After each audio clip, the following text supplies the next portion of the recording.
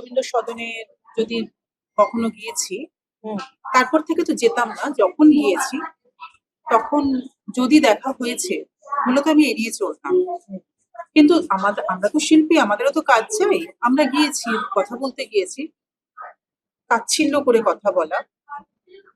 রাত্রি 10টার আগে আমরা দেখা করি না, রাত্রি 10টার আগে আমাদের সাথে দেখা করা সম্ভব নয়। আমি সকাল 10টায় দেখা করতে গিয়েছি।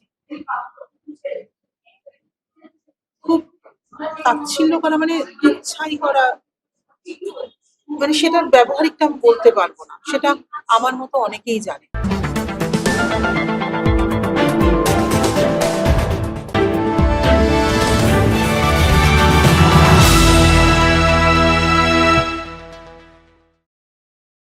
কাটমানির খেলায় চলতো সঙ্গীত সাম্রাজ্য, আর তার মাস্টারমাইন্ড ছিলেন গায়ক ও পর্যটন বিভাগের প্রাক্তন মন্ত্রী ইন্দ্রনীল সেন। যে শিল্পী যত বেশি কাটমানি দেবে তার তত বেশি শো। এইভাবেই চলতো সঙ্গীত রাজ্যের রাজনীতি। উপর মহলে যে এই কথা পৌঁছতো না তা নয়, খবর পৌঁছানোর চেষ্টাও করা হয়েছে বহুবার, কিন্তু লাভের লাভ হয়নি কিছুতেই। ইন্দ্রনীল সেনের দুর্নীতি নিয়ে সরব সঙ্গীত শিল্পী দোলা ব্যানার্জি ও দেবপ্রিয়ার বিস্ফোরক বার্তা শুনে নিন ট্রু নিউজ বাংলায়। ইন্দ্রনীল সেন মানুষ হিসেবে উনি কাটমানি নেন, সম্পত্তি বানিয়েছিলেন, আরো কিছু তো আমরা শুনলাম, কিন্তু এমনি রোজকার দিনের মানুষ হিসেবে কেমন? আপনারা তো মিশেছেন ওনার সাথে, কেমন মানুষ? ব্যবসায়ী, মুখোশধারী মানুষ।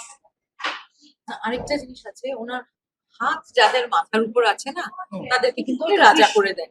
উনি শ্রীকৃষ্ণকে তো আমরা কিভাবে মানে ওনার সঙ্গে তুলনা করে আমরা শ্রীকৃষ্ণকে নামাবো না, কিন্তু এটা বলতে পারি যে উনি এই না যে শোনা কথা, কিন্তু আমি আবার বলছি কোট আনকোট শোনা কথা, যাদের মাথার উপর ওনার হাত আছে, উনি মহারাজ। মানে তুমি আমার তাবেদার, আমি তোমায় সারা জীবন রক্ষা করবো, এইটা কিন্তু উনি করে সদন চত্বরে ওনার মানে তাদেরকে ঠকায়, এটা আমাদের কাছে খবর আছে। রবীন্দ্র সদন চত্বরে ওনার যারা চাও দিত, তারাও যেন ওনার থেকে লাভবান হতো। ইন্দ্রনীল সেন ফেমাস হয়েছেন পুরনো বাংলা গান কভার সং গেয়ে। আপনি কি ওনার অরিজিনালস কোনো শুনেছেন? উনি কেমন গান?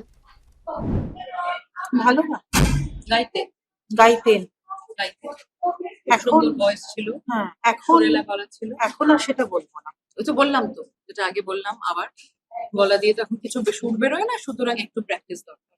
কারণ উনি তো বলেছেন না, উনি এখন আবার শিল্পী হয়ে যাবেন। দোলাদি, আপনি বলেছেন যে ইন্দ্রনীল আপনার সাথে মিসবিহেভ করেছেন। কিভাবে উনি আপনার সাথে বা অন্য কারোর সাথে মিসবিহেভ করেছেন? সে কি, মানে কি ঘটনাটা ঘটেছে? মিসবিহেভ মানে রবীন্দ্র সদনের যদি কখনো গিয়েছি, তারপর থেকে তো যেতাম না। যখন গিয়েছি তখন যদি দেখা হয়েছে, মূলত আমি এড়িয়ে চলতাম। কিন্তু আমরা তো শিল্পী, আমাদেরও তো কাজ চাই। আমরা গিয়েছি, কথা বলতে গিয়েছি, তাচ্ছিল্য করে কথা বলা। রাত্রি 10টার আগে আমরা দেখা করি না, রাত্রি 10টার আগে আমাদের সাথে দেখা করা সম্ভব নয়। আমি সকাল 10টায় দেখা করতে গিয়েছি। খুব তাচ্ছিল্য করা মানে ইচ্ছাই করা, মানে সেটার ব্যবহারিকটা আমি বলতে পারবো না, সেটা আমার মতো অনেকেই জানে। এবং উনি একা নন, ওনার হয়ে যারা কাজ করতো, যে মহিলারা আমাদের রবীন্দ্র সদন চত্বর কেন্দ্রিক, অফিস কেন্দ্রিক যারা সরকারি এবং আধা সরকারি কর্মী, তারাও আমাদের সাথে এই বিহেভটা করেছে, বহু মানুষের সাথে করেছে। তাচ্ছিল্য করা, ব্যবহার বাজে করা। ইন্দ্রনীল সেনের আশেপাশে কিরম ধরনের লোকজন বেশিরভাগ থাকতো? সুবিধাবাদী, তারই চালাচামুন্ডা, ঠিক আছে, একদম খারাপ ভাষায় বলতে গেলে তার মিউজিশিয়ানস, তার বন্ধু বান্ধব, তার চেনা লোক, তার নিচে যারা আছে, তাকে যারা ভগবান হিসাবে দেখবে। দোলাদি, একটু জানতে চাইবো যে প্রসেসটা, পদ্ধতিটা কি ছিল কন্ট্রাক্ট পাওয়ার? কাকে প্রথম কল করতে হতো? কলটাকে তারপরে কি ইন্দ্রনীলের কাছে ট্রান্সফার করা হতো? কিভাবে পদ্ধতিটা, মানে কাজ পেতে গেলে, কাজ চাইতে গেলে কি পদ্ধতিটা প্রথম থেকে কি ছিল? দেখুন, প্রথম পদ্ধতি হচ্ছে তার প্রোফাইল জমা দিতে, তারপর তাকে অডিশনে ডাকা হবে, এটাই সিস্টেম। মানে Audition- অনেকে জমা দেয় পেন ড্রাইভ। অডিশনে ডাকার পরে তারপর তারা পরীক্ষায় বসবেন, পরীক্ষায় বসার পরে তাদের একটা ফাইনাল হলো, এরপরে আবার একটা ফাইনাল হলো। এটা কিন্তু সিস্টেম চলে আসছিল, এবং যখন বিভিন্ন মঞ্চে তাকে রিপ্রেজেন্ট করতে পাঠানো হচ্ছে সেখানেও একটা ভিডিও তোলা হতো, মানুষের ভালো লাগছে কিনা, এই মানুষের সাথে রিয়াক্ট করতে পারছে কিনা, ইন্টারাকশন এই পদ্ধতির মধ্যে কি ইন্দ্রনীল সেনের প্রেজেন্স ছিল, নাকি আপনি এটা ইন্দ্রনীল সেনের আগের পদ্ধতির কথা বলছেন? এই পদ্ধতির মধ্যে এখনকার সময়ে এটার কোনো প্রেজেন্স ছিল না, কারণ এখন তো অলরেডি সিলেক্টেড শিল্পী, 15 জন সিলেক্টেড, ওনার ওনার ওনার তার বাইরে কেউ যেত না, পুরো টাকাটাই এদের আসতো, এদের নামে আসতো। তো এই 15টা শিল্পীর বাইরে যদি কাউকে কাজ করতে হয় আজকে ইন্ডাস্ট্রিতে, পদ্ধতিটা কি হবে? আমি ধরুন কাজ করতে চাই, আমি কাকে প্রথম কলটা করব? ইন্দ্রনীল সেনের কাছে পৌঁছানোর জন্য প্রথম কলটা আমি কাকে করব? ইন্ডোনেশিয়ান ফোন নাম্বার সকলের কাছেই থাকে, উনি ফোন করলে ফোন ধরতেন না, ওনাকে টেক্সট করলে পরে, এবার ওনার একজন সিএ ছিল অমিত দা, উনি অনেক সময় এই কাজটা করতেন, ওনার হয়ে বহু শিল্পী ছিল যারা ওনাকে প্রচুর পরিমাণে দাবেদারি করতো, তারাও পৌঁছে দিত, কিছু এজেন্ট ছিল তারাও পৌঁছে দিত। জেলা শহর কেন্দ্রিক সরকারি যে দপ্তর আছে সেই দপ্তর কেন্দ্রিকও এটা চলত। দপ্তরে জমা দিয়ে আসার পরে দুটো বিভাগ ছিল, একটা হচ্ছে 2000 টাকার বিভাগ, খুব খোলাখুলি বলছি, একটা 2000 টাকার বিভাগ আর একটা 30,000 টাকার বিভাগ।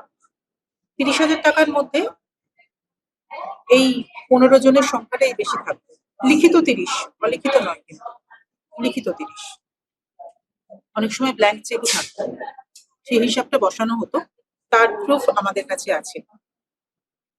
আর যে 2000 টাকাটা সেটা হচ্ছে লোকাল শিল্পী, সেই লোকাল শিল্পী থেকে আবার কমিশন খেত লোকাল ওই কর্পোরেশন বা ডিআইসিও ডিপার্টমেন্টের লোকেরা ওই অনুষ্ঠানটা দেওয়ার জন্য। কখনো তাকে টাকা দেওয়া হতো না, আর কখনো তাকে সম্পূর্ণটাই টাকা দেওয়া হতো, সেটা ওই শিল্পীর সাথে তাদের যে যোগাযোগ, কতটা সেই স্ট্যান্ডার্ড পলিটিক্যাল লোকের সাথে যোগাযোগ আছে সেটার উপর ভিত্তি করে। মমতা ব্যানার্জি, অভিষেক ব্যানার্জি ইন্দ্রনীল সেনের এই কাটমানি নেক্সাসের ব্যাপারে জানতেন? অবশ্যই জানতেন, আমি বিশ্বাস করি উনি জানতেন, কারণ ঘুরেতে ওটা পিকে আইপ্যাকের ঘরেই যেত, এটা ঘুরে কিন্তু আইপ্যাকের ঘরেই যেত, তাহলে কোথাও তো বলতেই হবে যে এটা ওনারা জানতেন না তা নয়। আর আইপ্যাক কোথায় চলতো সেটা তো আমরা জানি। ইন্দ্রনীল সেন কি পার্টিকে পেমেন্ট করতো এই কাটমানি থেকে? আমি পার্টির সদস্য নই, আমি পার্টির সদস্য নই। আন্দাজ তো নিশ্চয়ই একটা ডেফিনেটলি আছে এত আপনার। কোটি টাকা যার ইনকাম, নচেত তিনি এইটা দেখুন, এটার টার্নওভার তার নিজের পকেটেও থাকতো, এবং এটা থেকে তিনি ওখানেও পেমেন্ট করতেন, পার্টির সদস্য হিসেবে কিছু তো টাকা তাকে তুলে দিতেই হবে, সেটা তো একটা পার্সেন্টেজ তিনি রাখবেনই। এবং তার তোলাবাজির টাকায় এত কিছু চলতো, এত কিছু চলতো, তার হিসেব তো আজ আমাদের কাছে অজানা নয়, অনেক কিছুই তাকে করতে হয়েছে। কিন্তু কজন ভালো শিল্পী যদি তাকে প্রোটেস্ট করতো, বা কজন ভালো মানুষ যদি তাকে প্রোটেস্ট করতো, তার যে ব্যবহারটা তারা পেত, সেই ব্যবহারটা অমানসিক, সেটা মৌখিক হতে পারে, আচরণগত হতে পারে। মানে ধরুন একটা গুন্ডারাজ চলতো নন্দনের মধ্যে, কেউ যদি মাইনে না পেয়ে, কেউ যদি তার মাইনের পার্সেন্টেজ না দিয়ে চলে যেত, তার ভেতরে কিছু লোক ছিল, তারা তাকে তুলে নিয়ে গিয়ে পিটিয়ে বাইরে ফেলতো বা বাইরে গিয়ে পেটাতো। দোলাদি, আপনি কখনো কেন চেষ্টা করেননি মমতা ব্যানার্জি বা অভিষেক ব্যানার্জির কাছে পৌঁছে এগুলো বলার? অভিষেক ব্যানার্জির কাছে পার্টির লোকেরাই পৌঁছতে পারতো না, সেটা এখন প্রচারিত। তারা বড় বড় নেতা, তারাই বলছেন যে আমরা ঘন্টার পর ঘন্টা বসে থাকতো। আমরা অভিষেক ব্যানার্জির কাছে পৌঁছতে পারতাম না। আর আমি কোন জায়গায়, আমি তো একটা শুকনো খড়কুটো। এই যে নেক্সাস, ইন্দ্রনীল সেন, ইন্দ্রনীল সেন, টিএমসি, ইন্দ্রনীল সেনের 10-15টা আর্টিস্ট, ইন্দ্রনীল সেনের পোষা গুন্ডা, এই যে একটা নেক্সাস চলতো, এটাই কি নেক্সাস, নাকি এটা একটা part of a bigger Nexus? Bigger Nexus. এটা সারা পশ্চিমবঙ্গে চলতো, অল ওভার ইনক্লুডেড পুলিশ। তারা তারা এখন বলছেন তারা নিরুপায় ছিলেন, তারা নিরুপায় ছিলেন। ইভেন্ট ম্যানেজমেন্ট কোম্পানি গুলো, তাদের পোষা বিভিন্ন বডিগার্ড মাঠে অনুষ্ঠানের সময় কেন্দ্রিক আমরা দেখেছি তারা কি কি করতো। আমরা যেহেতু ডাইরেক্ট কন্ট্যাক্টে যেতাম, এক্স্যাক্টলি। আমাদেরকে পরের বারে অনুষ্ঠানে ঢুকতে দেব না, এটার জন্য যা যা বলার কোটেশনে বলে দিত। ওটাই আমি এক জায়গায় ওকে স্টপ করে বলছি। আমি ওই রাজডাঙ্গা উৎসবের কথা, রাজডাঙ্গা উৎসবে আমি প্রতি বছর আমাকে গান গাওয়ার সুযোগ করে দিত, এবং সেটা আমার অবশ্যই গুণ দেখে, আমার চেহারা দেখে তো আমায় কেউ গান গাইতে দেবে না, গান শুনে প্রোফাইল দেখে কাজ দেখে দিয়েছে প্রথমবার। এবং সেখানে অসংখ্য ভালো ভালো, যেটা এখন পিঠেপুলি উৎসব হয় কসবায়, অসংখ্য ভালো ভালো শিল্পীরা সেখানে গান গাইতো। প্রথম যখন গান গাওয়া হলো, প্রথম বছর খুব ভালো, দ্বিতীয় বছর, তৃতীয় বছরও আমাকে ডাকলো। তারপরে ডাকার পরে অর্গানাইজার ওখানে স্বরূপদা, এই সুশান্ত ঘোষ, কাউন্সিলর সুশান্ত ঘোষ, উনি আমাকে মানে মুখটা একদম খিচিয়ে উঠে আমার দিকে তাকিয়ে বলে, শোনো, আমি ভাবলাম কি ভাই আমি কিছু ভুল গেছি, শোনো পরের বার থেকে তোমায় ডাকা যাবে না। কেন? বলি ইন্দ্রনীল দা পছন্দ করছেন না। মানে আমি বুঝলাম না, আমি তো ওনার সাথে কোনো ঝগড়া করিনি, মানে আই ওয়াজ দ্যাট নাইভ। বললো না, ওনার পছন্দের শিল্পী, ওনার ওটা বলেনি, বলেছে যে উনি লিস্টটা তৈরি করে দেবেন, উনি লিস্ট তৈরি করে দেবেন, তার বাইরে সুতরাং আমার সঙ্গে আর এই ব্যাপারে কন্ট্যাক্ট করো না। So that is it. এটা অনেক বছর আগের কথা, প্রথম ধাক্কা ওটা। আপনি বললেন যে আপনার কাছে সব রকম তথ্য আছে এবং সেটা আপনি কাউকে না, একমাত্র মুখ্যমন্ত্রীকেই তুলে দেবেন, ওনার হাতেই তুলে দেবেন। আমরা আশা করব এটার উপর উনি নিশ্চয়ই পদক্ষেপ নেবেন। কিন্তু আপনাদের সামনে আগামীকাল আপনারা কি প্ল্যান করে চলছেন? আপনারা প্রোটেস্ট করবেন, বিক্ষোভ করবেন, কোন রকম র্যালি বের করবেন, বা নাকি শুধুই সাইলেন্টলি কথা বলবেন বা শুধুই সাইলেন্টলি মুখ্যমন্ত্রীর সাথে টাচে থাকবেন? আপনারা সামনে দুটো জিনিস, এক, কাজের জন্য কি করবেন, বি, এই ইস্যুটাকে নিয়ে আরো কিভাবে সামনে আগামী দিনে এগোবেন? প্রথমত 1 নম্বর, আমরা বিজয় উৎসব করব। আমাদের কাছে এই দিনটা আনন্দের, আমরা ভরসায় বাঁচছি, ভয়ে নয়। আর দ্বিতীয়ত, আমরা মুখ্যমন্ত্রীর সাথে সামনাসামনি বসে আমাদের যাবতীয় তথ্য তুলে দেব, যাতে ওনার যাবতীয় তথ্য কেন্দ্রিক এগিয়ে যেতে সুবিধা হয়, এবং আলোচনা ভিত্তিক তৈরি করে নেব যে উনি কিভাবে ভাবছেন আমাদের এই শিল্পীদের, এই হারিয়ে যাওয়া মানুষগুলোকে। অনেক মানুষ আছেন যারা কণ্ঠসঙ্গীতে, যারা কোনো মর্যাদা পাননি, তাদেরকে ফিরিয়ে এনে তাদের যথেষ্ট মর্যাদার সম্মান দেওয়ার। আমরা সম্মানে বিশ্বাস করি, তাদেরকে আমরা কোনো এই এত যে সম্মান হয়েছে, সম্মাননা হয়েছে, আমরা এগুলোতে চাইনি, আমরা এগুলো চাই না।